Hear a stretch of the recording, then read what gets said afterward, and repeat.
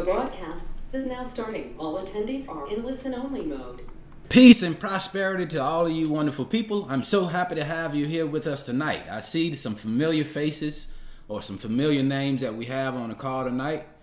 So I just want to give you the greetings. If you can see my face and see my screen, please give me a hand. If you can just see my face and screen, please give me a hand. Okay? Any hands out there? Okay. Pam.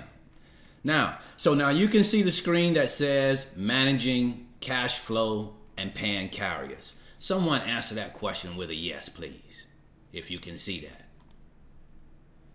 Andrew said, yes, I see you. Now, do you see the managing cash flow and paying carriers? Okay. Rakaya, Derek, Andrew, Krishiva, Warren, Dexter, Millicent, Lorenzo, Pamela.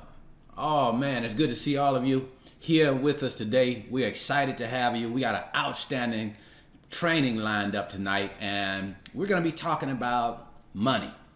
We're going to talk a little bit about managing the cash flow of our freight brokerages and how important that is, of course, to our success. Now, I don't have to tell any of you here that if we don't properly manage our finances, then it won't be very long before our businesses go kaput. So right off the bat, we understand the importance of the type of information that we're going to discuss tonight. When you see the title, Managing Cash Flow and Paying Carriers, we're talking the lifeblood of your business. Being able to do this is going to put you so far ahead of the power curve. This is going to put you ahead of the curve when we can manage cash flow properly. Now, let's make sure that we understand something.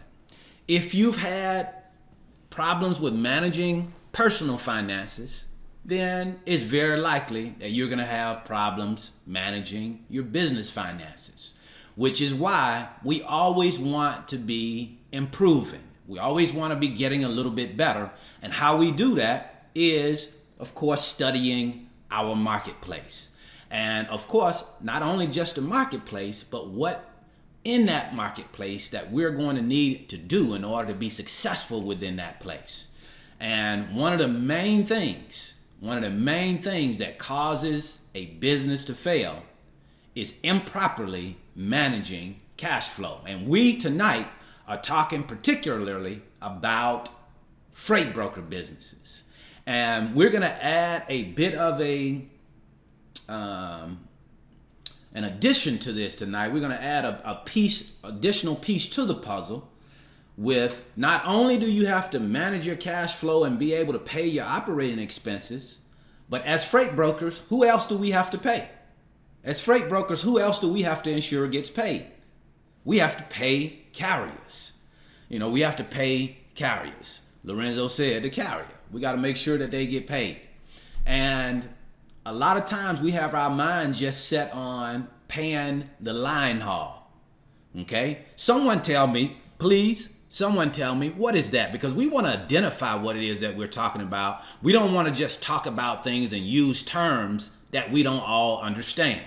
So when I say sometimes we only prepare for the line haul, what does that mean to you? Lorenzo says, amount for the lane with fuel. Who else? Y'all know how we do it. We are all inclusive. We all chime in and give our thoughts on here. Anita says the driver.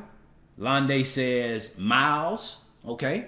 See, and that's why we want to get to understand what these terms mean so that when we ask that question, we all have a good idea of what we're talking about. Someone says payment.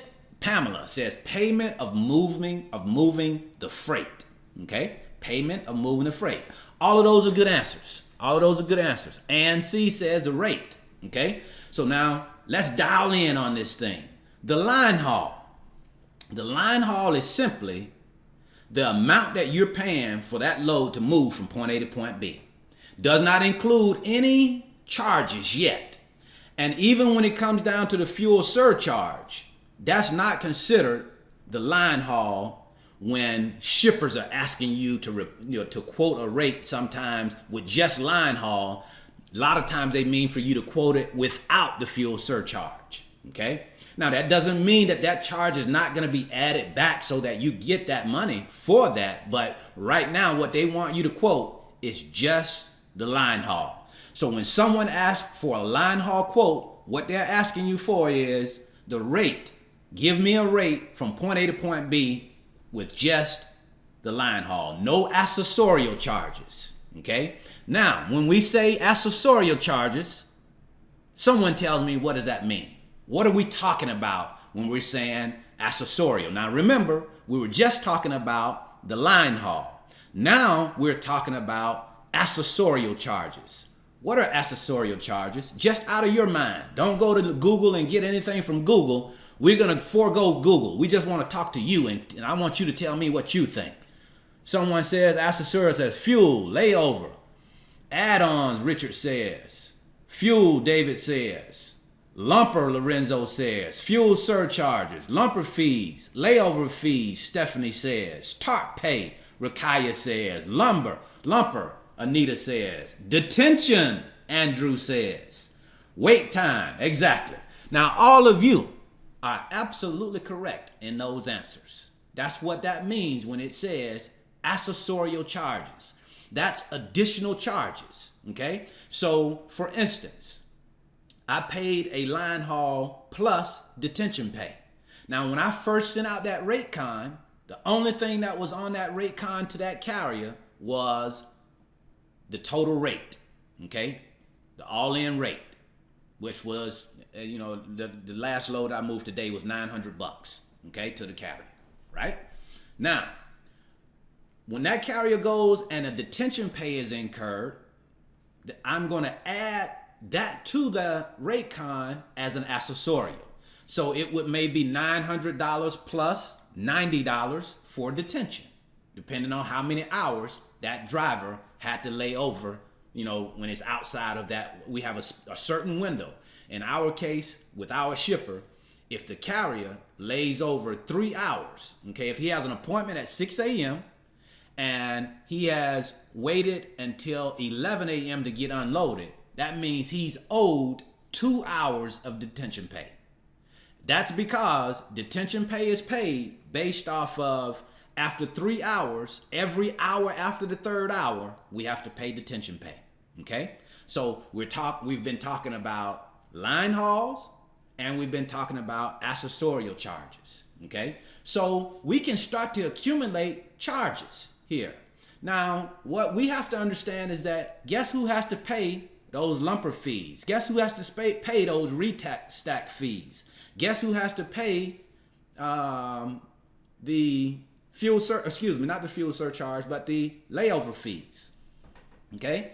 Now, when it comes to, I should just say detention specifically and restack fees. That is going to come from you as a broker. You're going to have to pay those fees. And we pay those fees in advance. But of course, we're not just paying those fees not to get our money back. We're going to get our money back. But we have to pay those fees up front sometimes so that it continues to move the load. Okay? And I hope everybody understands what I mean when I say we have to pay those fees. For example, if you have a restack, pallets fall off the pallets, the product falls off the pallet. Now you get to the delivery station, and now you have to pay a restack fee, and that is going to come from you out of your pocket. You're going to need probably an EFS account in order to pay that. Remember, that was an electronic account that we talked about before, so that it'll allow for you to do electronic funding direct to that facility because they don't accept cash. Okay, so as you can see, there are a lot of different things that involves cash or money that we have to be able to manage as freight brokers. There's a lot of different things that are moving, and that's why we try and make sure that we understand that this is not just about moving freight. This is about being a service provider, a logistician, a professional, and being able to move those loads in the most expedited and organized manner. Okay? So that's what we're talking about today, managing cash flow and ensuring those carriers are getting paid, because that is who is going to determine whether you have a great service or whether you have an average service or whether you have a garbage service. Okay? That's important. We want to make sure that we understand that. All right. Now, So let's move right along here. Let me get over here and get to our presentation here. All right. I am not a financial expert. No, ma'am. No, sir. I am not. I am a freight broker. I am not a financial expert. The information that I'm going to provide to you tonight is simply my experiences and my outcomes. Okay? That's important to understand that. I don't hold a PhD in finance. I'm not the world-class banker guy. I'm a freight broker. But however, I have been approved for a line of credit. I have a line of credit as a business owner. Just recently was approved for my first line of credit. Okay? I have been approved for business credit cards and have business credit cards.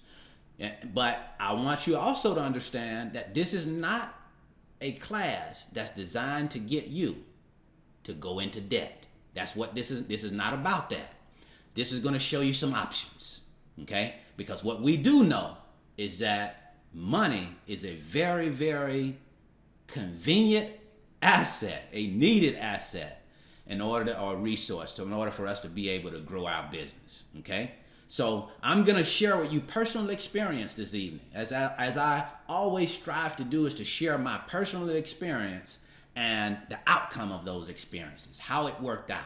That way you can look at it and say, you know what? Hey, I think that's a good idea. I'll take a little piece of that and add it to my business and see how it works out for me. Okay? But I'm not telling you to go into debt. This is not a get you in debt class tonight. Okay. Now, here's a quote of the day. No one can persuade another to change. Each of us guard a gate of change that can only be opened from the inside. We cannot open the gate of another either by argument or emotional appeal. Isn't that something?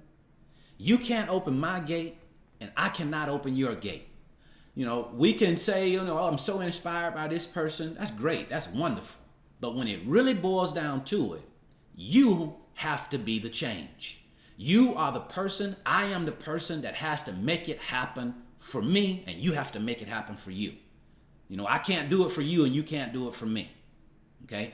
So we all guard that gate of change that lives within us, and we have to be, okay with opening that gate to say, I welcome change. I'm not satisfied with where I am right now, so I welcome the change that I'm believing that will take me to where it is that I want to go. Okay? Faith. What is faith? What is faith? I want to talk about this really quick. I'm not going to stay long on this, but somebody tell me what faith is. In your own words, what is faith? Please, somebody. Because guys tell me, they say, "Hey, Brandon, I'm with you, man. I'm just going to leap out and I'm going to go out on faith. I'm going to quit my job and I'm going to go out on faith." Andrew says, believing. Stephanie says, believing in something you can't prove. Rakaya says, trusting in God and having a positive attitude. Pamela says, assured expectation of things. Oh, I like that. Assured expectation of things hoped for. Krishiva says, believing. The substance of things unseen and believe in it. Anita says, believing in what is not there, but you see it coming. Oh, James says, believing in what's not there, but you can see it coming. Believing that God is bigger than what you can see. Confident expectation. Oh, I like that. Now let me weigh in on that. Thank you so much for sharing those wonderful, wonderful insights. Okay? Believing that you can achieve while using applied knowledge, David says. Let's read that one again. Believing that you can achieve while using applied knowledge, while applying the knowledge that you've acquired. That's wonderful. Believing in something. Okay, let's stop right there by Derek. Okay, now let me give you how I see faith. And I'm going to give you a little read in here. A guy tells me, hey, Brandon, I'm just going to step out on faith. And many people have called me to say that. I'm just going to step out on faith and I'm going to quit my job. And I'm going to start building my business. I'm going to do it. I know I can do it. Okay? And definitely, I don't want to rain on anybody's parade. That's not who I am. I don't want to be the negative voice to your positivity. I don't want to do that. But I do want to make sure that you understand what you're doing. Okay?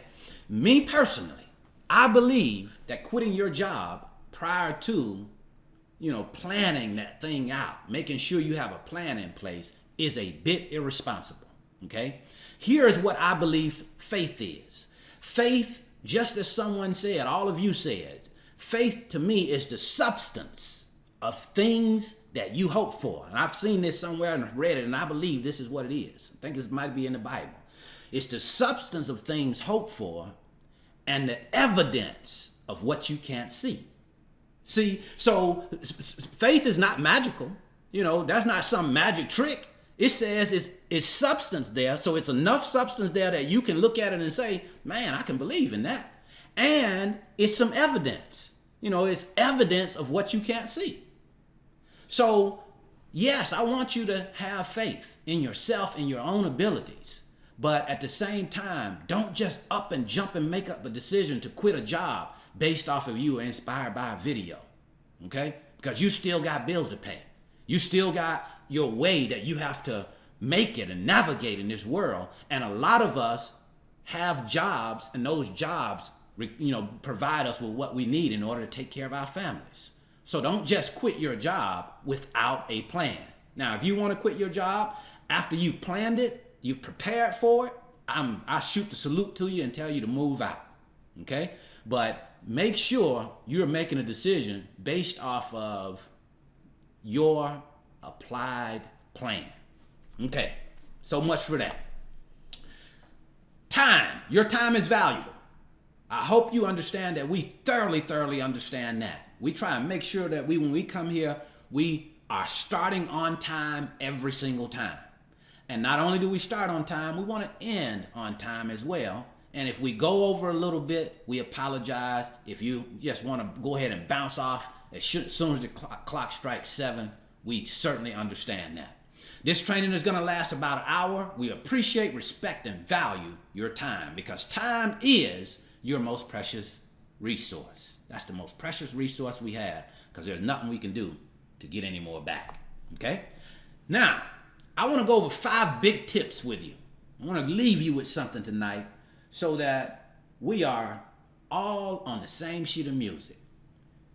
People, my wonderful and beautiful people, intelligent people, step outside your comfort zone. You've heard me say that over and over again, but step outside your comfort zone, because that is when you'll realize growth.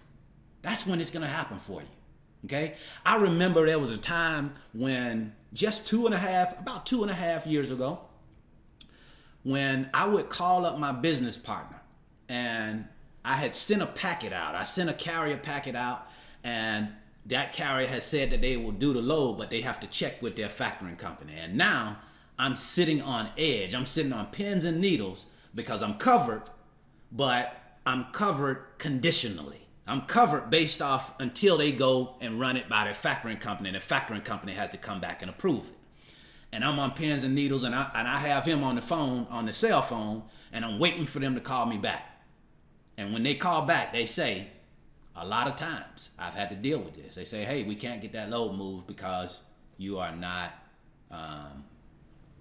you don't have a credit rating established yet. I'm like, whoa, man. Now I got to start the process all over again. But now, and it has been this way for the last 1.5 years, when I send a load out, send my carrier packet out, I have no concern at all about whether I'm going to get approved. None whatsoever. Why? That's not just based on some thought I have. That's based on facts. What I've been doing in this business over the last 3.5 years. What my track record says about paying carriers on time. And that's why I try and cement that in your minds. how important that is to pay your carriers on time. Step outside of your comfort zone. Do things that are uncomfortable to you, because that's when you're going to experience growth. I wasn't comfortable with calling those guys and asking them to move loads because I knew what the answer would be in some cases. Okay? And I had to deal with that for a little while, but we got through it. And you are going to deal with it as well. So be prepared for that and go for it. Step outside your comfort zone. Say yes to opportunities that you could easily decline. You may very well be surprised by the results. Okay? There are a lot of things. When you see opportunities out there, you look at it and say, oh, nah, that's not for me. You might start doing something for a little while and say, oh, no, that's not for me. Say yes to those opportunities. But saying yes is putting yourself behind the yes. Okay? We can't just say yes and expect for it to come together. We have to say yes and we have to make it come together. Allow new people into your circle, because it's through your network that opportunity comes to you. It's through your network. You know, it's about connecting with people. I hear people talking all the time, oh, my circle is small. Oh, I don't mess with people and da-da-da-da-da. And if that's the case, more than likely, not every time, you are broke. If you got a real small circle, more than likely, you broke. Okay? I've been there. No two ways about that. So we want to expand our circle so we can, be in contact, be in a network of people who are interested in doing the things that we're interested in doing. So we can get some of their ideas. Okay? That's what it's all about. That's what it's all about. So keep that in mind. Keep that in mind, that we want to always allow new people. Now, we just don't allow any Joe, or any Sue, but we want to take a look at these people. And if, we look at them and say, hey, this person is worthy of being in my circle, allow them into your circle. Always ask financial institutions if credit will be reported to your business credit. Everybody with me on that? We're going to come back and talk about that. We're going to show a quick video here. We're going to talk about that one. We're going to show you a few things on that, but always ask the financial institution. I don't care which institution it is. Always ask if your credit will be reported to your business credit. Okay? Always ask that question. And I'm going to go into that immediately after this video. So please remind me if it skips my mind and I go on to something else. Okay? Blame it on my mind, not on my heart. All right. So the bonus, if you don't fix small leaks, they will eventually turn into gaping holes. Fix the small leaks in your business. When I say small leaks, I'm talking, financial leaks. For example, I was using a software. The software was costing me $10 to use that software. Every month, the company was subtracting. They would go in and ACH debit $10 from my account. But I'm not using this account. But when it's small amounts, we don't pay particular attention to it. Oh, it's just $10. But $10 adds up. So today, I canceled that account. Okay? Because I don't need it. So I don't need $10 coming out of my account. That's my business's money, and we got to be on top of that. That's important. Your network grows your net worth, Lorenzo says. I missed that. That's a wonderful, wonderful quote. Your network grows your net worth. What if you have factoring company? We're going to talk about all of that. Hold that question and make sure that I get back to it, but I want to get on through this so we can make sure we cover everything that we need to cover. Fix the small leaks. So those are 5 big tips. I want you to think about those, internalize those, and look at yourself, look at your life, look at where it is that you want to go. And now look at where you are. Look at where you are right now. And then start to track your way forward. Go where it is that you want to go. It's a process. All of us go through that process. You, me, and anybody else. And it's a constant battle. It's not just like it happens overnight because we want it to happen. Special guest. Now I want to hit this video real quick here for you so you can see this video, and then we're going to go into our presentation. But this is going to coincide some of what we're talking about here. It's a good, very good video. I want you to check it out. He's founded, invested, and sold more companies than I could count. He's one of the founding fathers of the information age, and I believe one of the happiest billionaires on the planet. We have Ted Leonsis here with us. And in addition, we have his son, Zach, who is the Senior VP at Monumental Sports and Entertainment, as well as the general manager at Monumental Sports Network.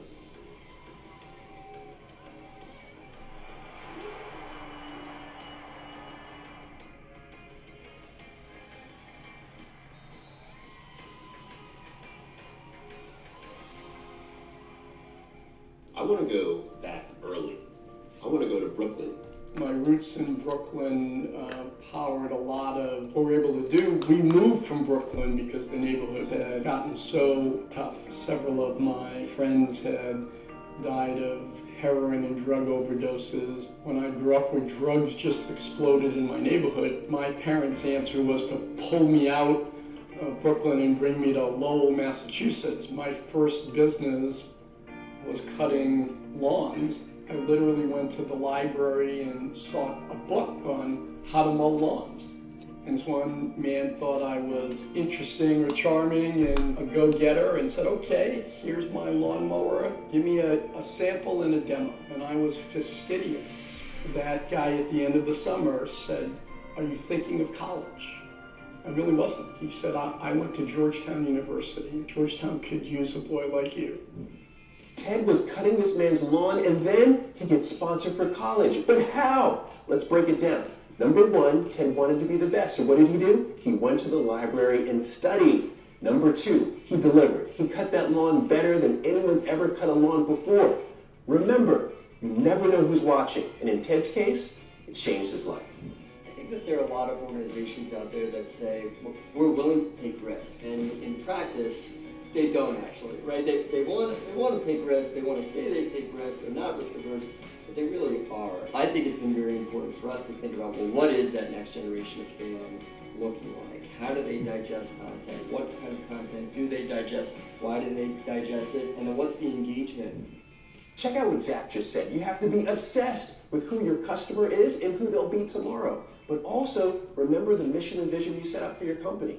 You have to be authentic to your business. But more important than that, you have to be authentic to yourself. Most people are living vampires.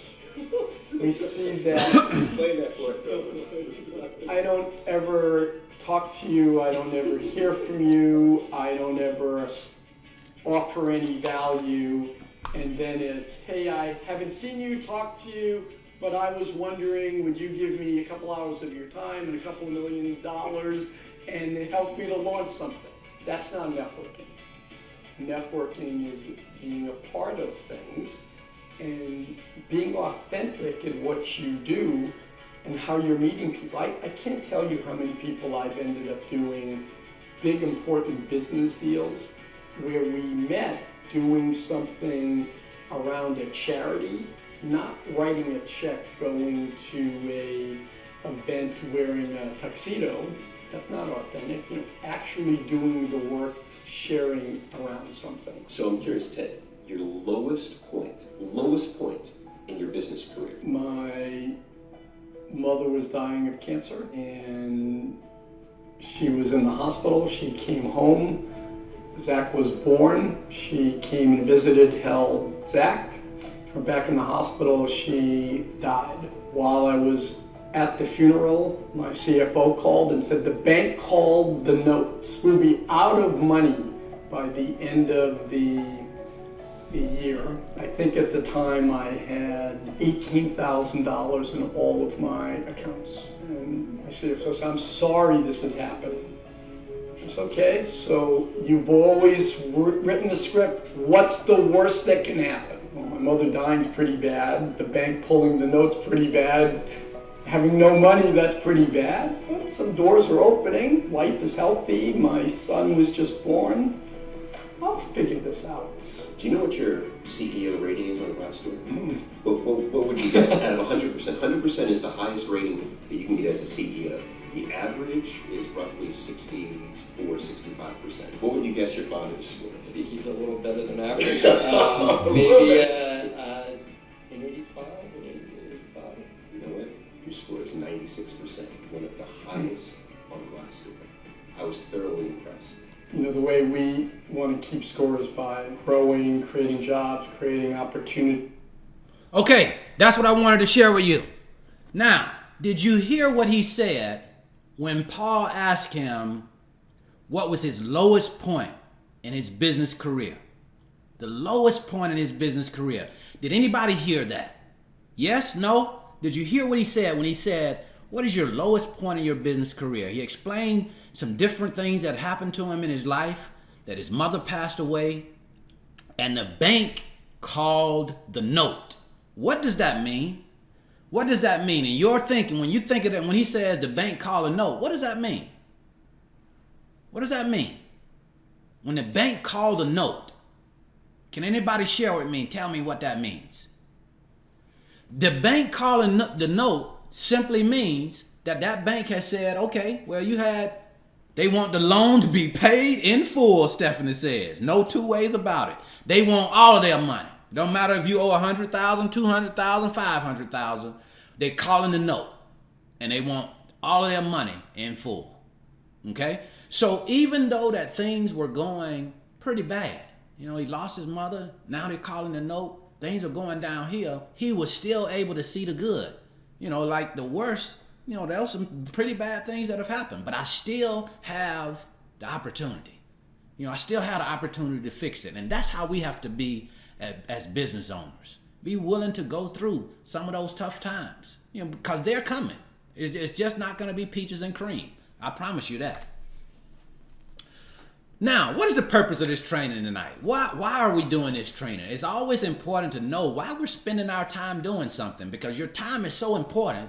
It's so valuable. Every time you lose a second, you never get it back. You've decided to be here tonight for a reason. So what is the purpose of what we're doing tonight? What is the purpose of this? This is designed to identify what a broker's financial responsibility is, what your responsibility is when it comes down to managing your finances. We're going to discuss cash flow management, identifying funding options, and we're going to explain some of those options. Okay, we're going to go in depth on some of those options to give you a better understanding of what we're doing, to be a more efficient freight broker monetarily, Derek says. That's exactly right. Money is one of the things that we have to get a handle on. We have to acquire a skill set to be able to handle money. Okay? And some of us will fool ourselves and think we're good at it. I used to do it. Oh man, I'm good at handling money. Well, how you know? You never really had no real serious money to handle. You didn't handle the $200-300 you had very well. So what do you mean you handle money well? Okay? We have to first admit that we are lost in order to guide ourselves back on course. Okay? Sometimes we have to admit that.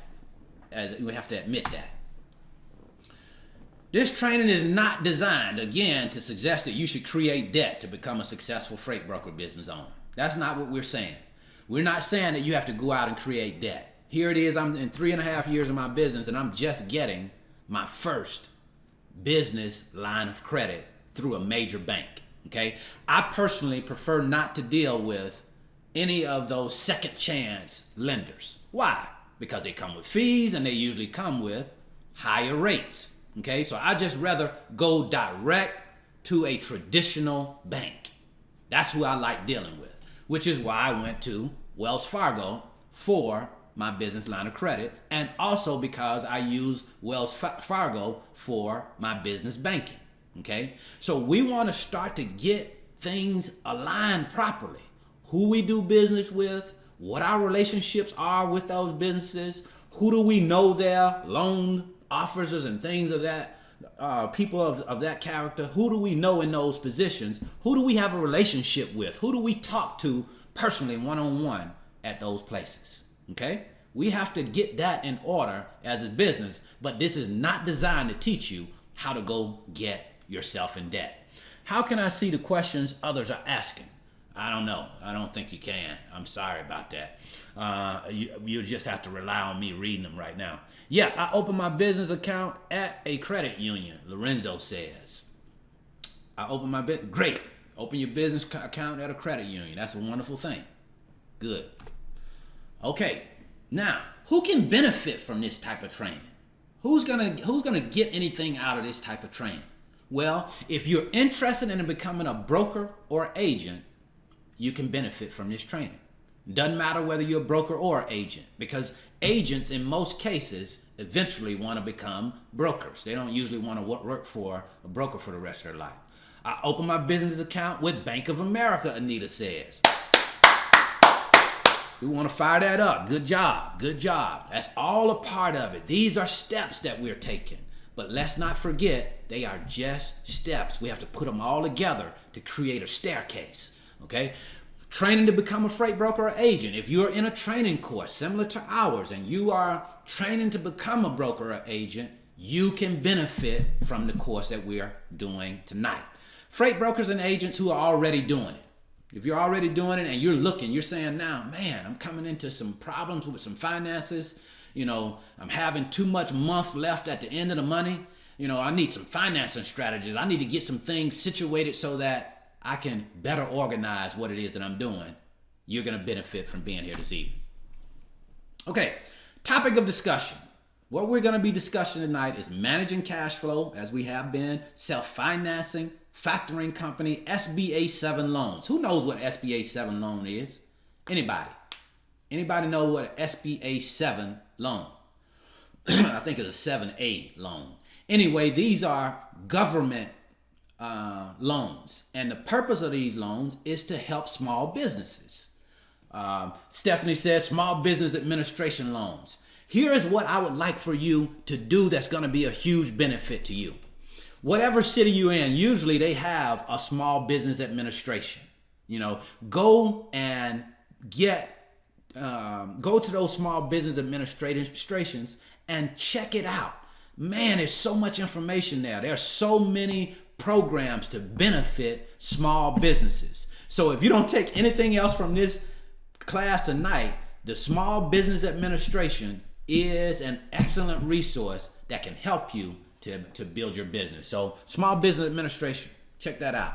Self-financing, the factoring company, SBA 7A loans, loan backed by the government, 8 Alpha, LaDonna says. Okay, business lines of credit and business loans. Okay, we're going to talk about these tonight.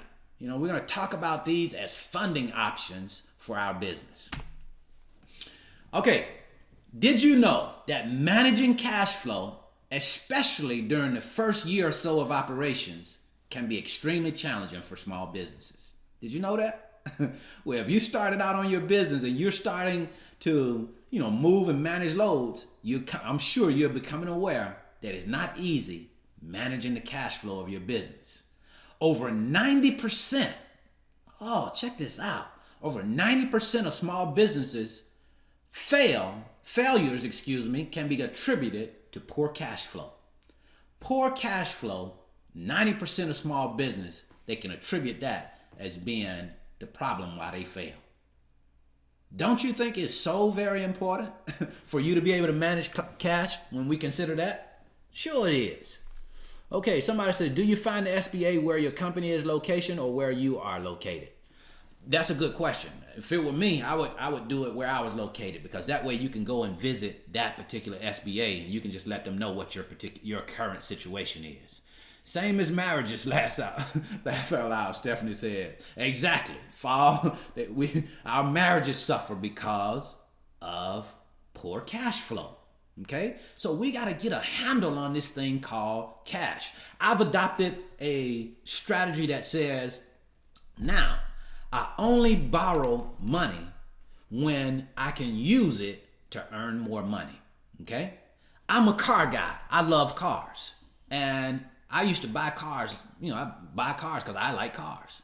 Corvettes, trucks, cars, all kind of stuff. I like that. Mercedes, I just buy them. Okay? But I realized that it was doing absolutely nothing for my bottom line other than decreasing it. That's it. Okay? So we have to be careful in spending our money on things that don't give us anything back. So I've adopted that strategy of now I only borrow money in order to make more money. That's my strategy. I'm not telling you to adopt that strategy. I am saying that's what I do now. Forget about a car loan. All I'm doing is trying to pay off all of my loans, car loans, mortgages, credit cards, personal loans, pay all of that stuff off for me so that I can concentrate and put more money back into my own pocket and to my business. Freedom, true freedom, is in the freedom of, or part of it, I should say, is in the freedom of finance. Because we know people, that if we don't have money, then we catching HE double hockey sticks. And that's hell for all of you that don't know. If we have an inadequate flow of money, or we don't have enough money, we catch HE double hockey sticks. No two ways about that. Okay, so we want to manage that properly. Your business will not grow if you don't have resources to assist that growth. Okay, here's a potential problem that we have. We got to pay operational costs and we got to pay cost of services. When I say cost of services, I mean the cost that it's going to require you to have to pay carriers when they deliver loads. Okay, so that's two things. We got to pay our expenses and we got to pay cost for services. So we got a two-headed monster there that we got to deal with. And you throw in the idea that we may lack the skill to manage cash flow. We may lack skills in that area. So we got a bit of a problem there. Then we got shippers that are going to take 30 to 45 days to pay an invoice. For example, this shipper here today, I got a check. It was dated July 19th. And this invoice went out in June 18th, I think it was. It went out. I sent this invoice out. But I didn't get paid on this invoice until today, July 24th. Now that was about 35 days ago.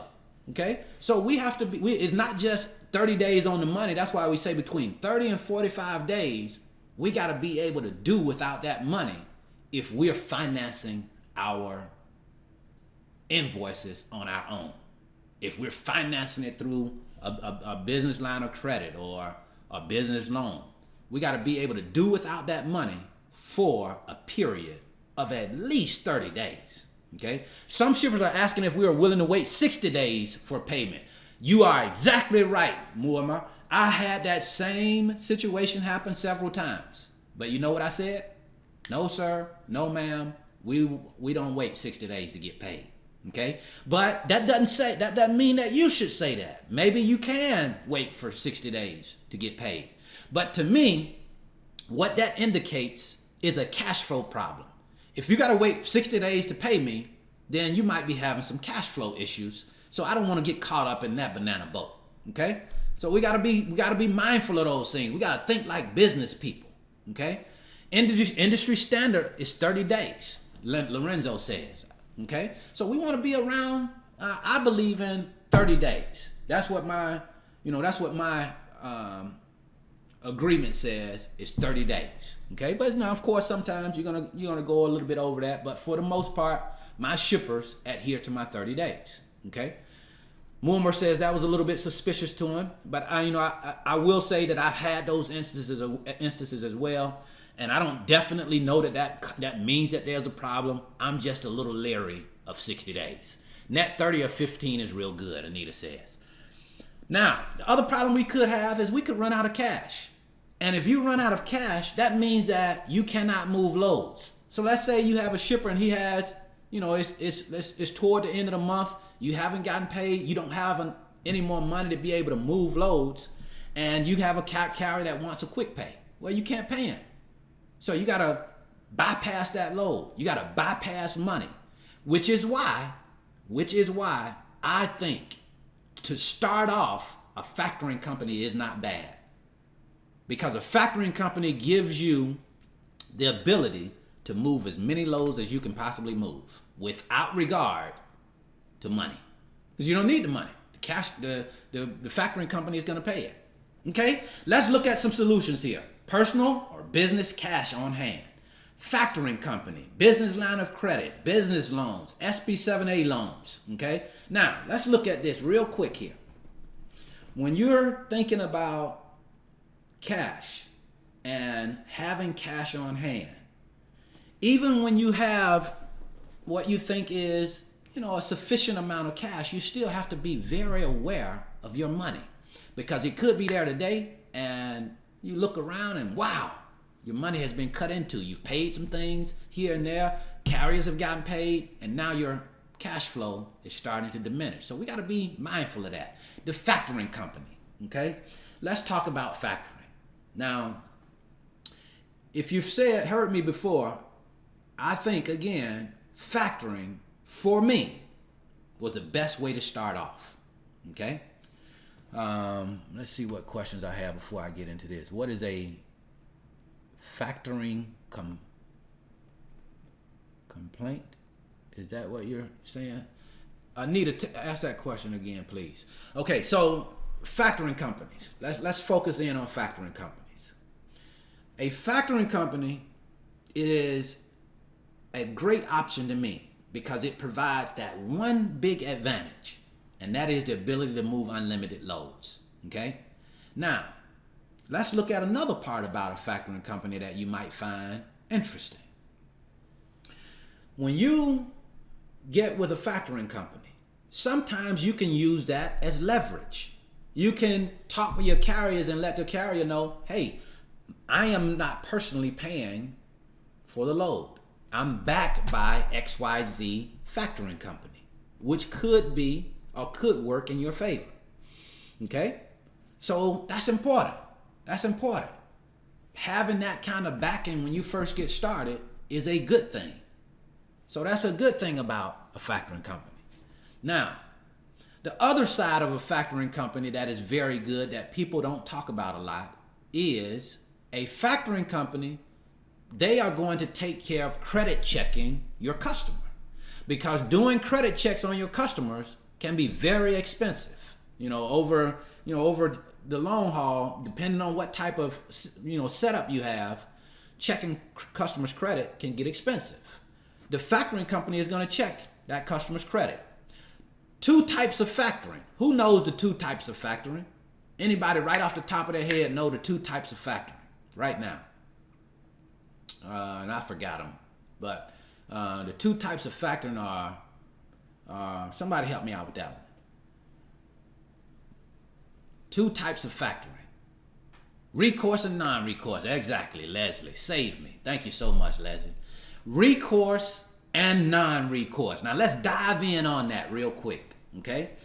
Factoring company, all right? Now, when you have a factoring company and you're set up on a recourse, you have recourse factoring, what that simply means. Thank you, Sheila. Thank you, Rain, John, everybody for letting me know that. Thank you guys for being on top of that. Non-recourse and recourse factoring. Okay, let's first explore non-recourse. Okay, what non-recourse factoring is in a nutshell is if I'm using non-recourse factoring and I have a shipper and that shipper does not pay for that load, meaning that factoring company is not going to get his money now. Okay, he's not going to get his money. They have, gone out of business, whatever happened. Now the factoring company checked their credit and said that they're good. But if you have recourse factoring, tell me who's going to be responsible? Who's going to be responsible for paying the factoring company their money? Leslie says the broker. Lorenzo says the broker. John says yourself. Slavario says the broker. No two ways about it. Stephanie says me. You are going to be responsible under recourse factoring. Non-recourse, recourse factoring. Okay? When you have recourse, there's a recourse. If that factoring company doesn't get their money, then you have to pay it. Now, if you have non-recourse factoring, then there's no recourse.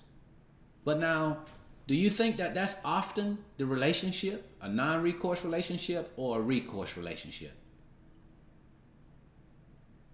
99% of relationships in factoring are recourse factoring, meaning that factoring company has to get their money back, and they're going to get it from you. Okay? So if you have non-recourse factoring, non-recourse, the factoring company will use their own collection company to get paid. Okay?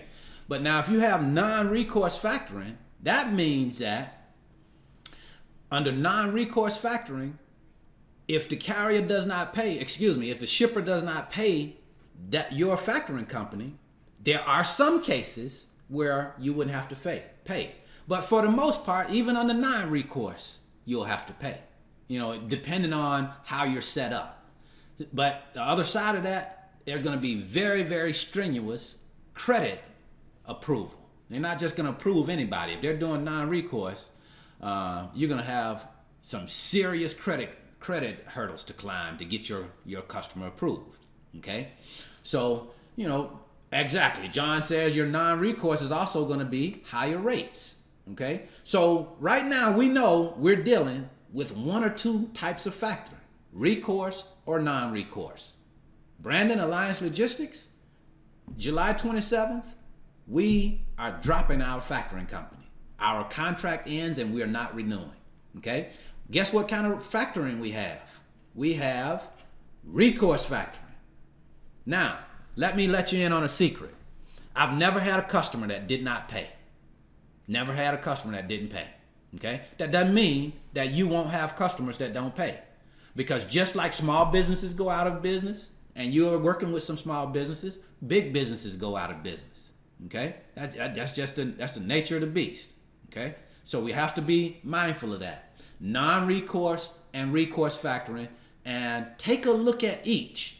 Take a look at them, but more than likely, recourse is probably the way that you're going to be going. Okay? Factoring companies are instrumental to your growth in the beginning because it allows for you to move loads without having to be concerned about how you're going to pay for them. Okay? Someone said it needs to be understood that you must cancel within 90 days before the contract ends, and all invoices must be paid. Oh, Leslie just left us a diamond. She says it needs to be understood that you must cancel within 90 days before the contract ends, and all invoices must be paid before they'll release you from that contract. I couldn't agree with Leslie more. She is absolutely correct in that statement. I had that very instance happen. I tried to get out of my factoring contract last year. Okay? Tried to walk away from the contract, but I put in notice about 3 or 4 days too late. And they didn't accept it. They told me, nope, you got to stay another year because you're within the 90-day period. So I experienced that firsthand. So make sure you're reading your contract to know when it's time for you to get out, you get out before or during, you don't allow for the time period to lapse. Get out on time. What was the fee you were paying for recourse factoring? Okay, I was paying 5% on every invoice. Every single invoice, I'm paying 5%. Okay, now let me explain this. Okay, factoring. Let me talk about a problem that it's going to cause you. It's going to cause you a problem if you have agents. If you have agents that are working with you, you are the broker and you have other agents, and you use a factoring company, it's going to cause you a problem. Tell me why. Tell me why, please. Someone please tell me why. If you have agents and you are, you're a new broker and you have agents and you have a factoring company, why is a factoring company going to cause problems for you and your agents? John says you're going to make less money. Rakaya says, when you use a factoring company, do you have to factor every load? Yes and no. Depends on how your contract is set up, Rakaya. If your contract is set up so that you don't have to factor every load, you don't. But if it is, then of course you do. You want to negotiate that piece. That was a great question. Make sure you negotiate that piece when you're negotiating your contract. You want to have the ability to factor the loads that you're interested in factoring and not factoring ones that you're not interested in factoring. Because you're going to have loads that you might not be making a whole lot of money on. And if you factor it, you're not going to make anything. Okay, somebody said your agents get a portion and the factoring company gets a portion. You will owe both of them. They're always going to tell the carrier you have quick pay. They are always going to tell the carrier you have quick pay. I don't quite understand that. But let me say this. Okay, this is where the problem comes in when you have a factoring company and you have agents. Well, I know that I have to negotiate 5% into a deal in order for me not to have to pay that 5%. Does that make sense? Okay, if I'm paying 5% on my invoices, I know I got to factor an additional 5% into my negotiation with carriers in order for me not to have to pay 5%. Does that make sense? Yes or no? And I'll slow it down and say it again. Does that make sense? Yes or no? Lorenzo said yes, yes, yes, yes, yes. Okay. So, all right.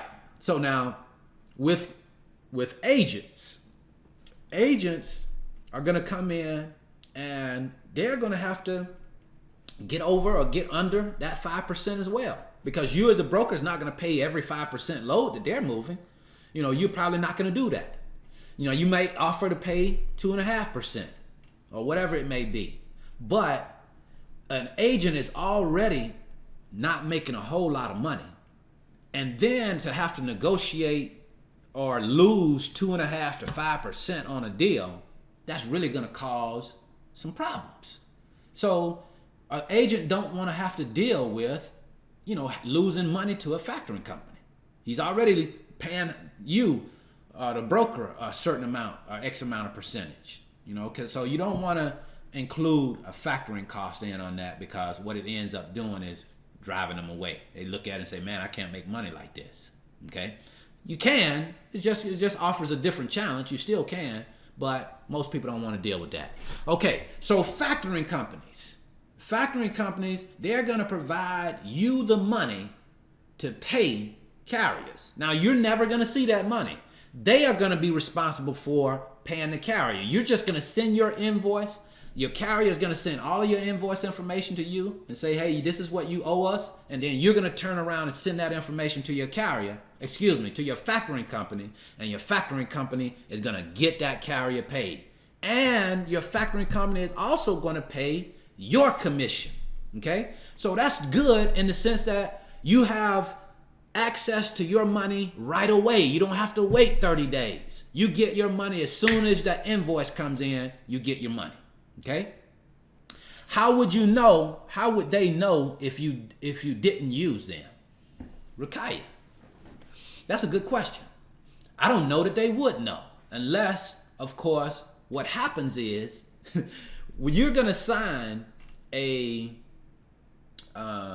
agreement. You're going to sign an agreement with that factoring company where all of your invoices, you may need a credit check, all of your invoices are theirs. They own your invoices.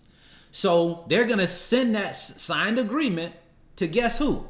They're going to send that signed agreement to your shipper.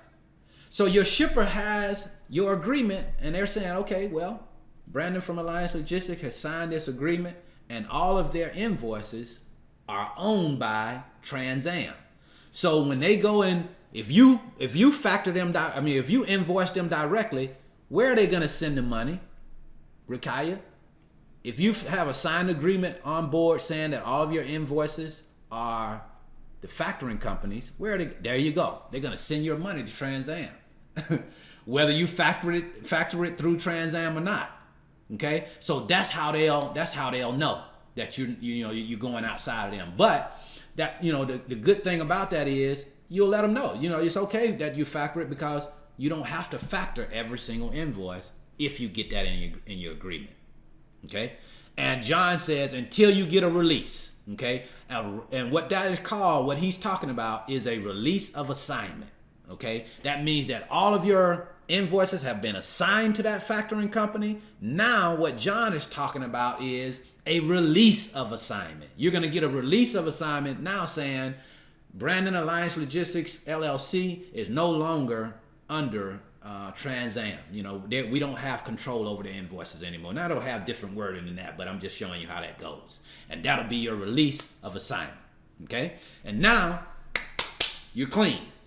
You don't have anything else to do with the factoring. Factoring companies ask for access to your company's tax information. Factoring companies ask for access to your company's tax information. Now they've never asked for my tax information. I don't know where that would come from. They will put a lien on your bond until released. Okay. Now, all right. So let's move right along because I am certainly pushing your time clock. And I'm so sorry for that. But business lines of credit. Okay, now we've talked about factoring companies. Factoring companies are a good option, but they are only good, in my opinion, for a period of time.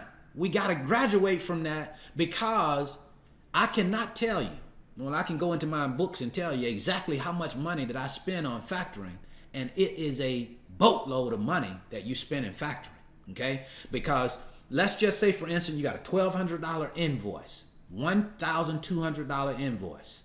They're going to charge you 5% on that invoice, okay? Now, 5% is $60 on that invoice that you're financing, okay? So when you're paying $60 on that invoice, that $60 comes off of your profit, okay? So I got $1,200 in, I'm charging the truck, I'm selling that invoice for $900, okay? I'm selling that load for $900 to the truck, so I'm making $300. But man, I'm losing $60 more just because of factoring. And that's on every single load that's $1,200. So that's why we got to get in the mindset of how a business should operate. And that's always with our money in mind. And how can we decrease costs? Okay? We are always looking for an advantage to decrease cost. Okay? And one way you can decrease costs is get rid of the factoring company. This is a great discussion. Leslie says, not true, you charge it to the carrier. Not true, you charge it to the carrier. What do you mean, Nico? Not true, you charge it to the carrier. Help me to understand what you're talking about. I don't know what you mean when you say you charge it to the carrier. You charge what to the carrier exactly? Okay. Factoring companies ask for access to your company. Okay, no, I don't know anything about that. Good stuff. Not true. You charge. I don't know what that means. Help us to understand what you're talking about there, and we'll look at it. Okay, but that factoring company, then having a factoring company managing my business invoice. So having a line of credit is better than having a factoring company manage my business invoice. He is saying about quick pay charged to carrier. Okay, now let me answer that one first. Excuse me. It is now 7:02. We've gone over time. I want to certainly apologize. If you want to hang around, we're going to finish this up. If you want to go ahead and bounce off at this time, we certainly understand. But we're going to get this finished because we are in a very important, critical phase right here. So we're going to finish this up. But the factoring company, John helped me out. He says he's saying about quick pay. Okay, now, quick pay, yes, you can charge quick pay to your carrier. No two ways about that. But a large number of your carriers won't be taking quick pay. Okay? So that 5%, you're going to eat it. In most cases, you are going to eat that 5%. Unless you can factor it into the deal, which you can sometimes, or as the person mentioned, I forget who that was, Nico, I think that is, Nico, says that you can charge it to the carrier. Yeah, you can charge it to the carrier, but only if he's accepting quick pay. If he's not accepting quick pay, then you can't charge it to the carrier. Unless you negotiate it into your price where you count that money into the price. Okay? But the bottom line is, if a carrier wants $1,000 and he's not coming off of that to move that load, then that's what it is. And you got to eat it in most cases. Okay. Meaning having it understood which invoice you choose. Nico, meaning having it understood which invoice you choose to factor. Okay, true that. Okay, I'm not sure. Okay, understood which invoice. Having it understood which invoice you choose to factor. Can you explain how you would graduate from factoring and still move loads financed by your revenue? Is this where the contracts come in handy?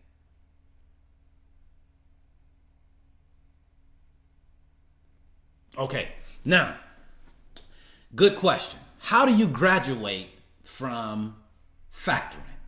Okay, this is how I did it.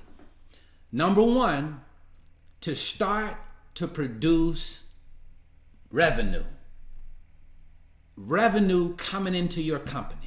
Cash coming into your company from doing what you are titled to do. and that's be a freight broker. Money coming back into your company, cash flow coming into your company, so that you can finance your own loads based off of cash flow, okay? But you're probably won't have enough cash flow to completely finance on your own, because I think I've told you guys it's nothing to have $50,000 in $50,000 in invoices that you're paying out in 1 month. That's nothing to have that, okay? So you want to make sure that you have adequate cash flow on hand. So that means leveraging your own revenue and getting, if you choose to, in my case, a business line of credit, okay? It's because a business line of credit cost me 3% the first year. Okay, now think about this. 5% on every single invoice as a freight broker. As you know, I'm gonna pay 5% on every single invoice under a factoring company, and me being a freight broker. Okay? Now, when I move over to business line of credit, I pay 3% on not every invoice, 3% on the amount that I take from my business line of credit.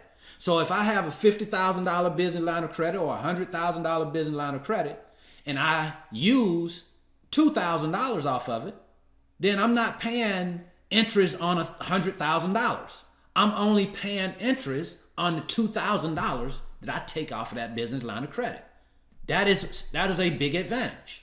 Okay, so the business line of credit is something that I look to as a way to hedge my expenses, or my carrier, what I pay to carriers.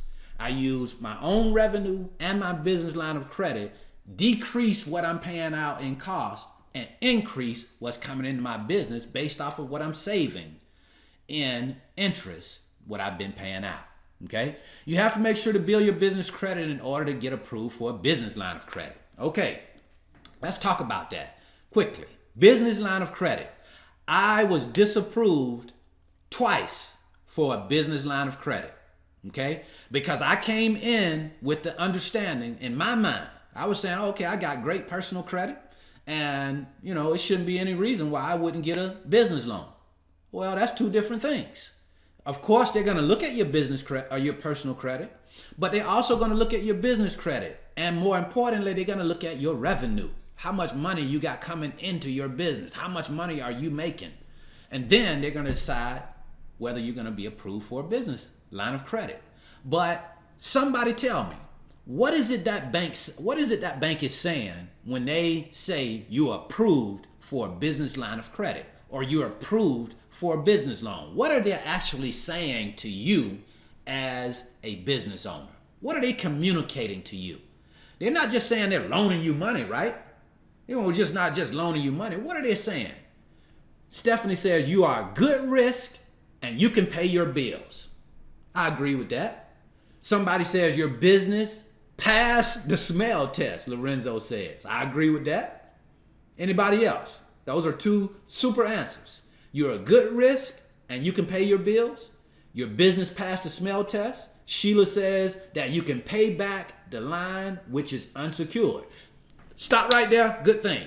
Yes, in my case, this is an unsecured business line of credit, but they're also secured lines where you have to put up collateral and things of that nature. My line of credit is an unsecured business line of credit. Okay? So I didn't have to put up any collateral. It was based on my business financials. Okay? You're established enough to take the responsibility of paying it back. You can manage your finances. You're a great risk. You're trustworthy. Business is successful. Your profitability outweighs your risk or your unsecured loan. Okay, let me say this. All of those are good answers. This is why I take so much pride in getting my first business line of credit.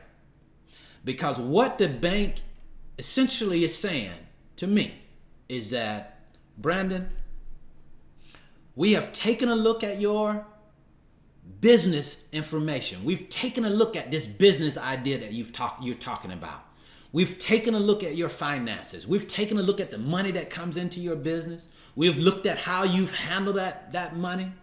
And we are willing to invest X amount of money into your business, 50,000, 100,000, whatever your line of credit is. We are willing to do that based on what you have done. That means a lot to me. That says somebody that, our financial gurus, they've looked at my information. They've said, okay, Alliance Logistics have done enough. They've passed the smell test, as someone said.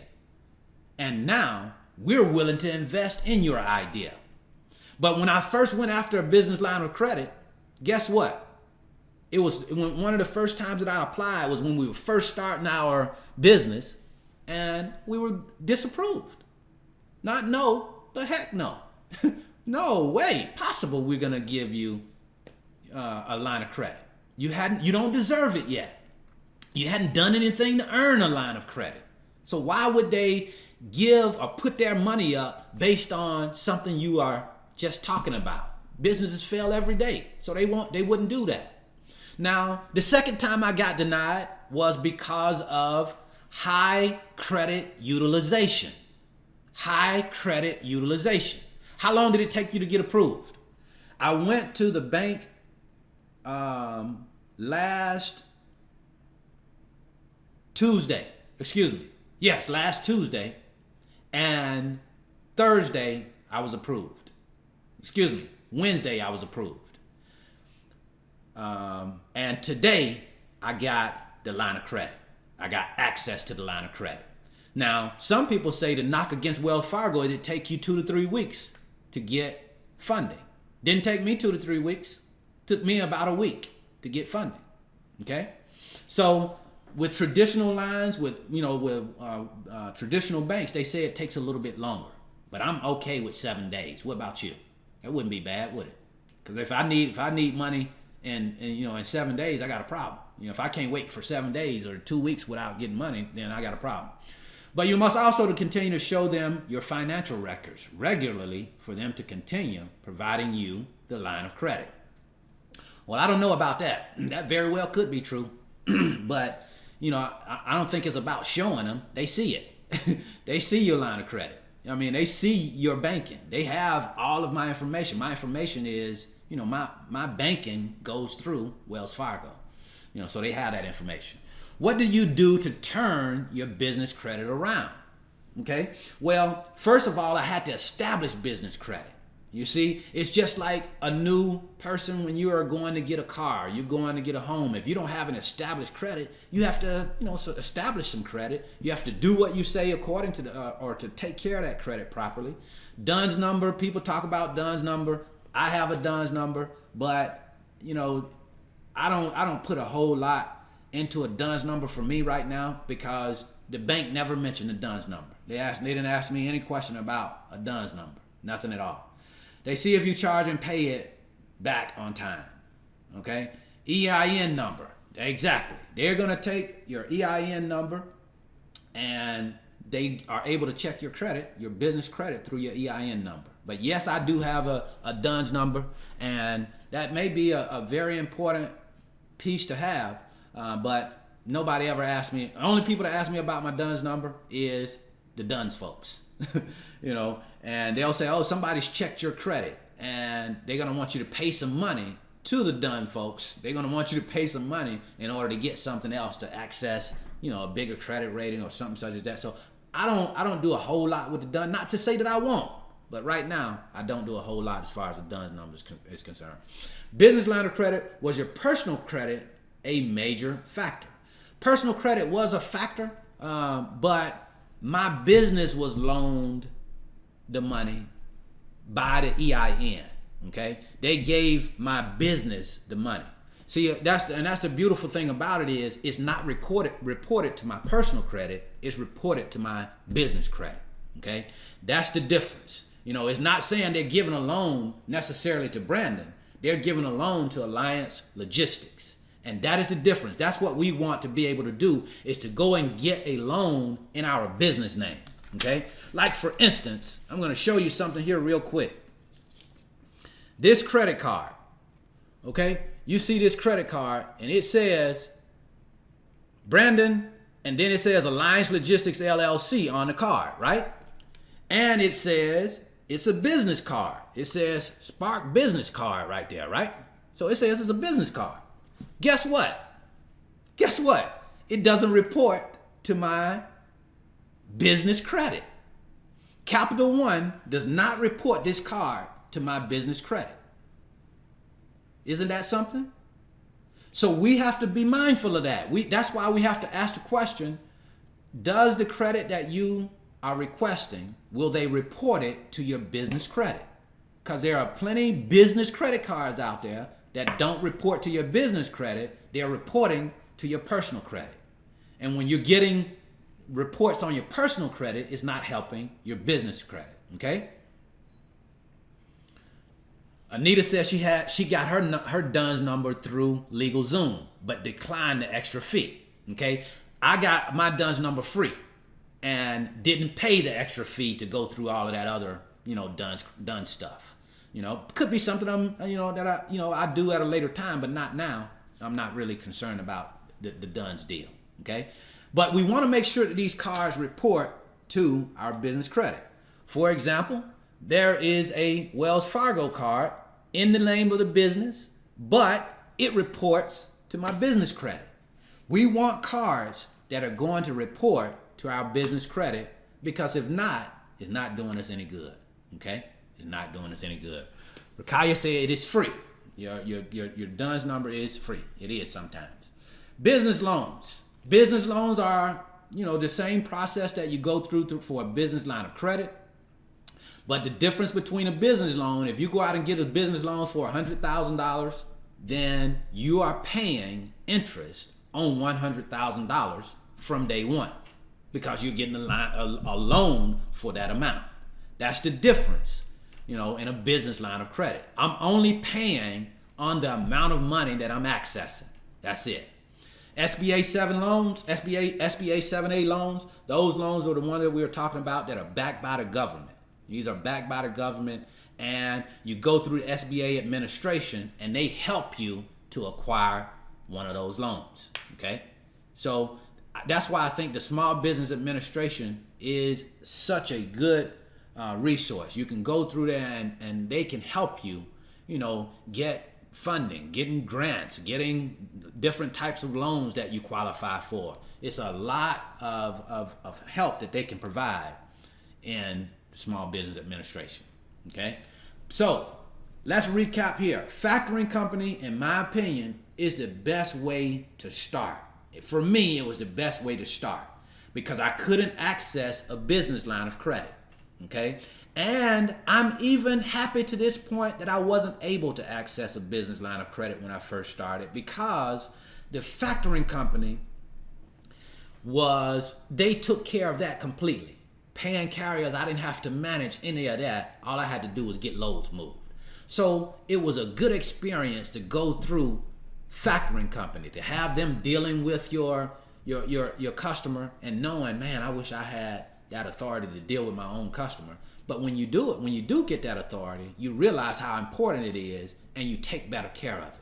You take better care of what's going on with you and your customer. So factoring company, in my opinion, was the best way to start out. Got some head knocks, paid a lot of money out as far as, fees are concerned, but I still was able to make money and I still was able to get loads moved, as many as I wanted.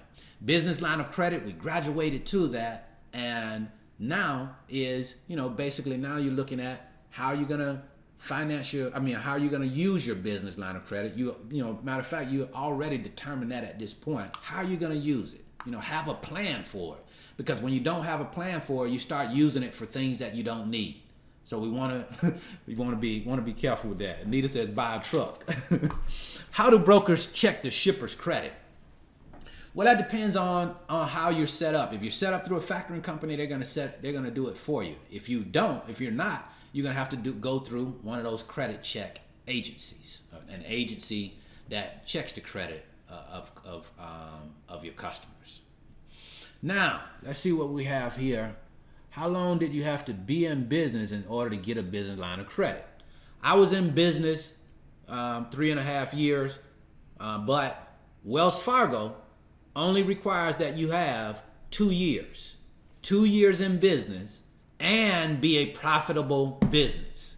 2 years in business and be a profitable business in order to qualify for a business line of credit. Okay. All right? John said that makes sense. Operate like a business. When you are operating your business, always conduct it and operate yourself like a business. Prepare. Get your finances in order. Be aware of your credit utilization. Credit utilization, what I mean by that is, if you have a $10,000 credit limit, what they usually suggest is that you don't go over $3,000 in usage on that credit. That means you have not exceeded 30% of the total credit limit, okay? $10,000 is the total credit limit, and you're at $3,000. That means that you have only used 30% of the total credit on that card, okay? We don't want to go outside of 30%, okay? When you're under 30% and you manage that card, pay it on time, you're doing well when it comes down to managing your credit. Does profitable mean that you show profit on income taxes? Not necessarily, but it's a good idea if you're profitable to show profit on income taxes, because always remember that tax folks, Uncle Sam, he's going to get his. So we want to make sure that we are, if you are profitable, then you're profitable. Now, that doesn't mean that you're showing, if you made $200,000, that doesn't mean you're showing $200,000 in profit, because there's ways that your CPA is going to organize that so you pay the less amount in taxes as possible. That's why it's important to have a good CPA, in my opinion. We've talked about that before. Be keenly aware of the money flowing in and out of your business. Be keenly aware of the money that flows into and out of your business. Be able to talk about your numbers when you're sitting down talking with a loan officer. Be able to discuss those numbers. Sheila says she loves her CPA. No doubt about that. A CPA can be your best friend. One of the most important pieces of your business. And last but not least, control your expenses. Make sure that we're controlling our expenses, because that's the key to being able to bring in more money. Bank of America said that the first year is okay to be in the red as long as you are making money. Yeah, no doubt. I agree with that. No doubt. You can be in the red as long as you're making money, as long as you got revenue that's coming in, because they expect you to be. They expect you to be. You're a new business, okay? Now, some banks only require that you have 1 year before they look at you for a business line of credit, okay? But I also think that it's important to have some stair steps there before you go and get or apply for a business line of credit, meaning have a secured, have an unsecured credit card. I started off with a secured business credit card, went to an unsecured business credit card. From an unsecured business credit card, I went to a business line of credit. Okay? So managing those accounts and managing them well will eventually lead to you to getting a business line of credit with no problem. That's how it goes. Do what you say you're going to do and be rewarded for it. Don't wait until you need money to go to a bank. In my experience, and I have bought and sold over 20 houses. I've bought and sold over 20 houses since 2006. Okay? I have been extended credit for probably over 7 of those houses we were extended credit on. Okay? So I understand how it works. When you need money and you go to a bank to ask for a loan, most times they don't give it to you because banks don't loan people money that need money. Banks loan people money that deserve the money that they're asking for, that have a plan for the money that they're asking for. A bank loans people money that are stable and can repay that money. So don't go there in need. If you go there in need, that means that you're probably not going to be able to pay it back. That's why they don't give it to you. So don't wait until you need it. Have a plan.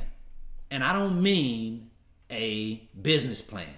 People spend months and months and months developing business plans, and most businesses start without a business plan. And I'm not telling you don't need a business plan. You can develop a business plan at some point if that's what you want to do. But people get caught up in the mud on a business plan and they never get unstuck because they're trying to build a business plan. When you should be building your business, you're building a business plan. Most businesses start in, some of the biggest businesses, Apple itself started off in Steve Jobs and the other guy, Steve Wozniak's garage. Then you start off with these immaculate business plans. People say you only need a business plan when you're getting ready to go and get money. Guess what? They never asked me for a business plan. And I was always told that before you go and get a business line of credit or a business loan, make sure you have a business plan. Make sure you have a business plan. No, I didn't have a business plan. Matter of fact, I have a plan, but I don't have a formal business plan even to this day. Now, that doesn't negate the fact that you, in my opinion, need a written down plan. No two ways about that. Don't misunderstand what I'm saying. I'm just saying that you don't have to have a business plan in order to get funding. I'm a living witness. I just showed that. Okay? But don't wait until you need it to go and get it. Takeaways. We are 26 minutes and counting over time, so I definitely want to apologize to you for that. But I wanted to make sure that we went in on this tonight so that we had a good understanding of factoring companies, business line of credit, business loans, and different funding options out there, self-financing, that is going to help us to be able to better manage our freight broker and freight agent businesses. Okay? So takeaways from what we have studied tonight. Takeaways. Let's see what we got here. Thank you, John. Thank you so much. John say I was clear on that. I certainly appreciate that, John. Great financial options. Derek says options. That's what we want to give ourselves. Just an option. Doesn't mean that we have to go out and get a business line of credit. Doesn't mean that we have to go get a business loan. But it does mean, as freight brokers, we have to have an option, one of those options in place. We got to use a factoring company at some point. We got to self-finance at some point. We got to use a business line of credit, a business loan in order to get our business to where we want to go. Best option for your brokerage. Thanks for the factoring company info. Thank you, Anita. Thank you for coming. Thank you for being with us. Awesome, great information. Learn steps to build. Thanks so much. Good takeaways. That's what we want. That's what we're talking about. Now, what I want to share with you before I go is something that's very simple. Very, very simple. And my takeaway comes from the interview and the training as well. But we're all going to go through some tough times. As business owners, freight broker business owners, we're going to go through some tough times. And we have to navigate those tough waters. That's just how it works. We got to be able to steer our boat through the tough times. Because it's not about how well we handle the good times. It's easy to smile and be happy during good times. It's about how well we handle the bad times.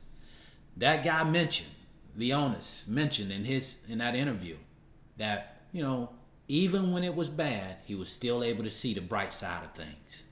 Okay? After struggle, oh man, that sounds like something I know about. After struggle comes ease. Oh, Stephanie, where are you from? That sounds like some nation talk. Thank you, enjoyed the business line of credit. I learned something new. Good, great, Londe, I'm glad. Stephanie, yes, sir. Yes, ma'am. Yes, ma'am. Oh, yeah. Okay, so I thoroughly enjoyed the class tonight. I enjoyed having you here. I hope that you were able to take something from this and apply it to your business. Next week, we want to talk to you about what you're doing. We want to know what it is that you're doing. We don't want to just come to these classes and sit in these classes and not start to use the information to drive our businesses forward. We got to use this information. If you're already doing that, that's great. Want you to be able to share something, some things that you're going through in your business, some ways that you were able to get over those struggles and hurdles so that the rest of us can learn from you. I run a hot shot rig, which the loads are not heavy, but if a customer has a load that he needs moved, it's either that is too heavy. I could talk with them about splitting the load so I could move the load. Does brokering work like that? I'm speaking on a flatbed trailer. I run a hot shot rig, which the loads are not heavy, but if a customer has a load that they need moved that is too heavy, I could talk with them about splitting the loads. Okay, now yes, in some cases, yes. I've had loads that were full truckloads, and they were having, and when I say a full truckload, that means it was full truckload, but it was going to different destinations. Okay, it was a multi-drop load. So what they'll do, sometimes is, okay, they'll say, well, Brandon, you just move this piece that's going to this point, and we'll break that rest of the load down into other loads. Okay, and I'll request that sometimes. Doesn't mean that they'll always approve it. I'll tell them, hey, I got this load covered, this part of the load covered. Would you be willing to break it down? Sometimes they would, sometimes they don't. Just depends. So yes, that could be an option, that a freight broker may present to a shipper. Okay, we're past our time. Certainly appreciate you guys being on. It was a wonderful, wonderful time to have you here with us, to share with us, because just like you learn from us, we are also learning from you. So with that said, see you at the top, because the bottom is much too crowded. You guys, ladies, have a wonderful night. Have a wonderful week. God bless you. Enjoy the rest of your week and do something productive for yourselves, for your business. Be great, because greatness lies within you. Have a great night. Have a great weekend. Thank you very much. Thank you, Dexter. Thanks, Rain. Peace to you, Anita. Thank you for the wealth of information currently in broker training and loving it. Chris Shiva, I am so happy to hear that. You just don't know what that does for me.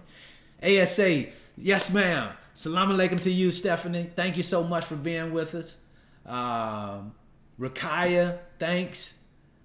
Richard, be blessed. You be blessed, my brother. Thank you so much. Damien, thank you, brother. Thank you so much for being on with us tonight. James, I thank you so much. Rakaya, wa alaikum salam, dear sister. Good to see you tonight. Philip, thank you so much. Hey, man, you guys, ladies, have been great. Thank you. You guys have a wonderful night.